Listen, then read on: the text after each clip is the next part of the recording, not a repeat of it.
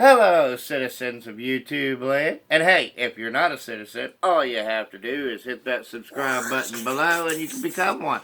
It's as easy as that. Yeah.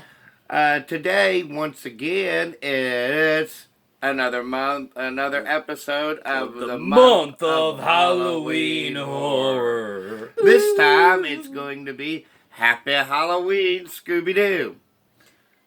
Oh, crap. Hold on. Dad, take it from here. Just say some random stuff. I'll go look up some facts about it. Happy Halloween, Scooby-Doo is a 2020 children's fantasy movie produced by Hanna-Barbera Studios.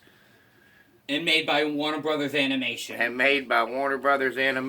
follows, the plot follows the Scooby Gang as they have to solve yet another mystery, and this time it just happens to take place on Halloween. Hold on. I got this. Don't worry, Dad. Continue talking. Just do some random stuff, okay? This is kind of an awkward video for us to be doing this. Okay, hold on. I'm going to be reading off the facts through the phone here, real quick. Okay. So, we like to give you guys some facts. It premiered on October 6, 2020. The cast has Bill Nye, Cassandra Peterson, Matthew Lillard, Gray Deasley, Frank Welker, and a bunch of others that you might already know from the Scooby Gang if you've watched. To put it into perspective, this one's going to have guest starring appearances from Bill Nye, who plays Bill Nye, the science guy, and Cassandra Peterson, who played Elvira for so many years. Yeah. So I don't know much about the movie because I kind of fell asleep last night. But I do. Guys. I do. Hold on, I'm going to look up the director. Take it away. Okay, hold on. The director of the movie, let me go to cast and crew. From what I saw of it, though, I did like it. Yeah, they made an homage of Mad Max, Fury Road in the movie, and 300, and Rambo. Really funny. I found those jokes hilarious. The movie was directed by Maxwell Adams. Don't know who that was, but okay. So, there you go. Happy Halloween, Scooby-Doo is a movie that happens to follow the Scooby Gang on Halloween. And the first part of the movie, you follow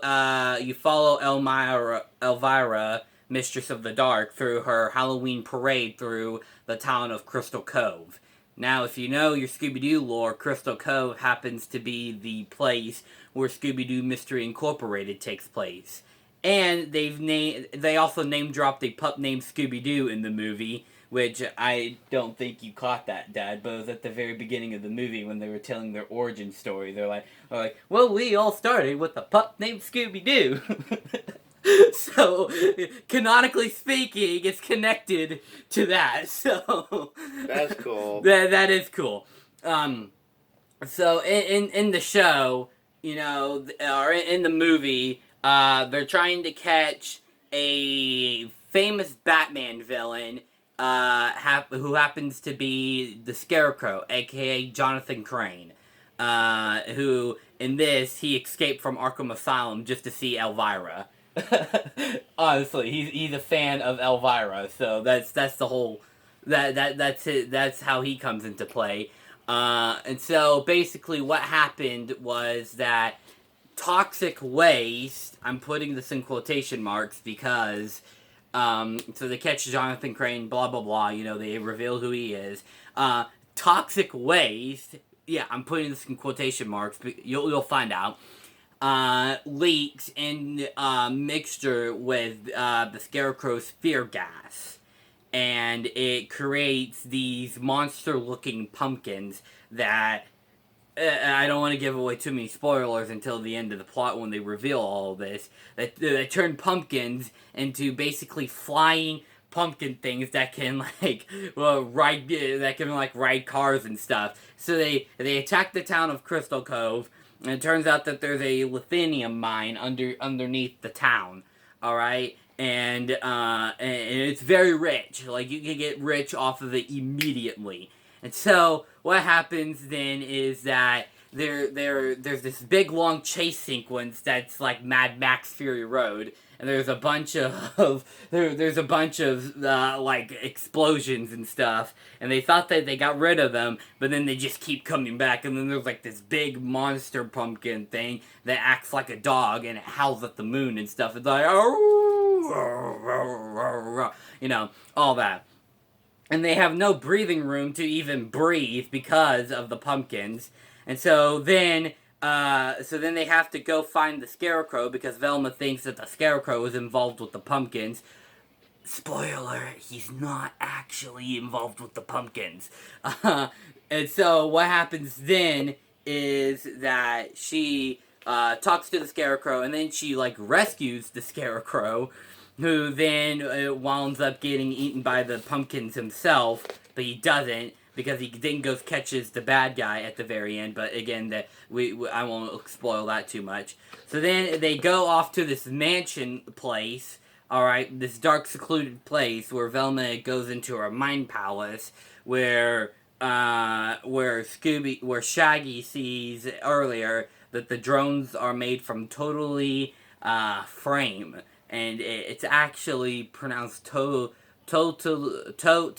alley frame or something like that. I can't remember honestly what it was called because it's kind of hard to pronounce. But anyways, so after that, you know, Fred, he starts gearing up these traps Rambo style. Alright, and they're awesome.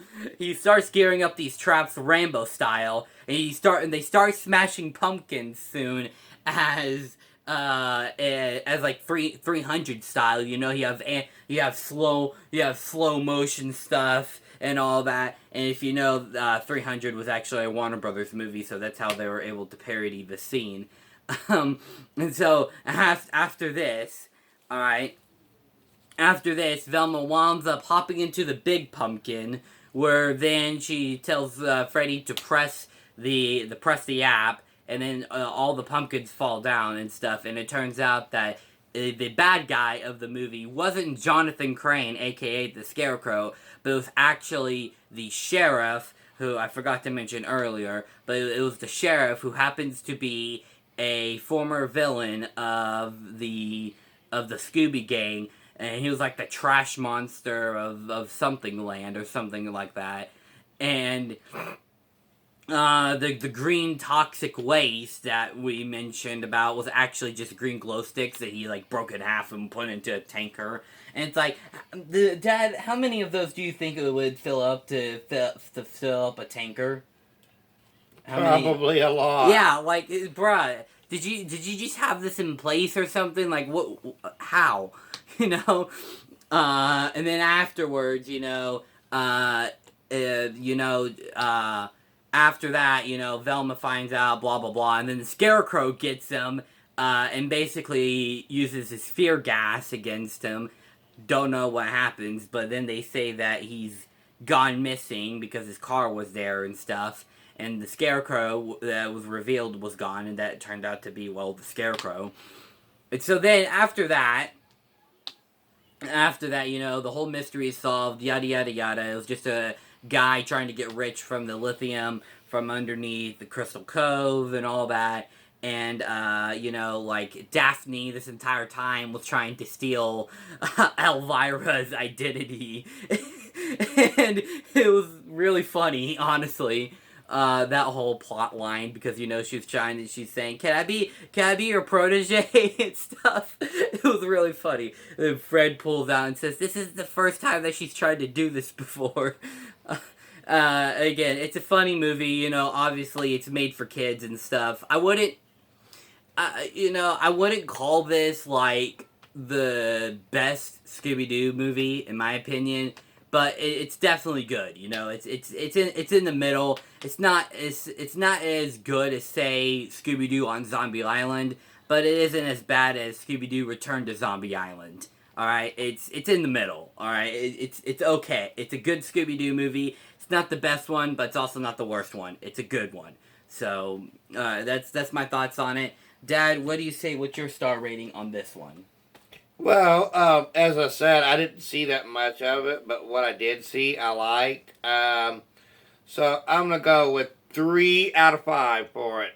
What say you? I'm gonna give it. I'm gonna give it a 3.5 out of 5. Again, I said it's a good Scooby-Doo movie. It's not the best. It's not the best one, but it's also not the worst because, obviously, the best Scooby-Doo movie, in everybody's opinion, is in fact Scooby-Doo Return to Zombie, or not Scooby-Doo Return to Zombie Island. My mistake. Scooby-Doo on Zombie Island, and then the worst one is Scooby-Doo Return to Zombie Island. They really messed up with that. But one. of course, as always, in every video, like we always do. Honestly, ever, I'm not going to argue with this one.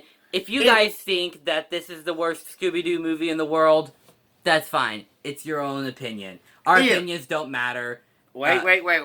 If you think it's the greatest Scooby-Doo film of all time, Oh yeah, that's great. That's your opinion.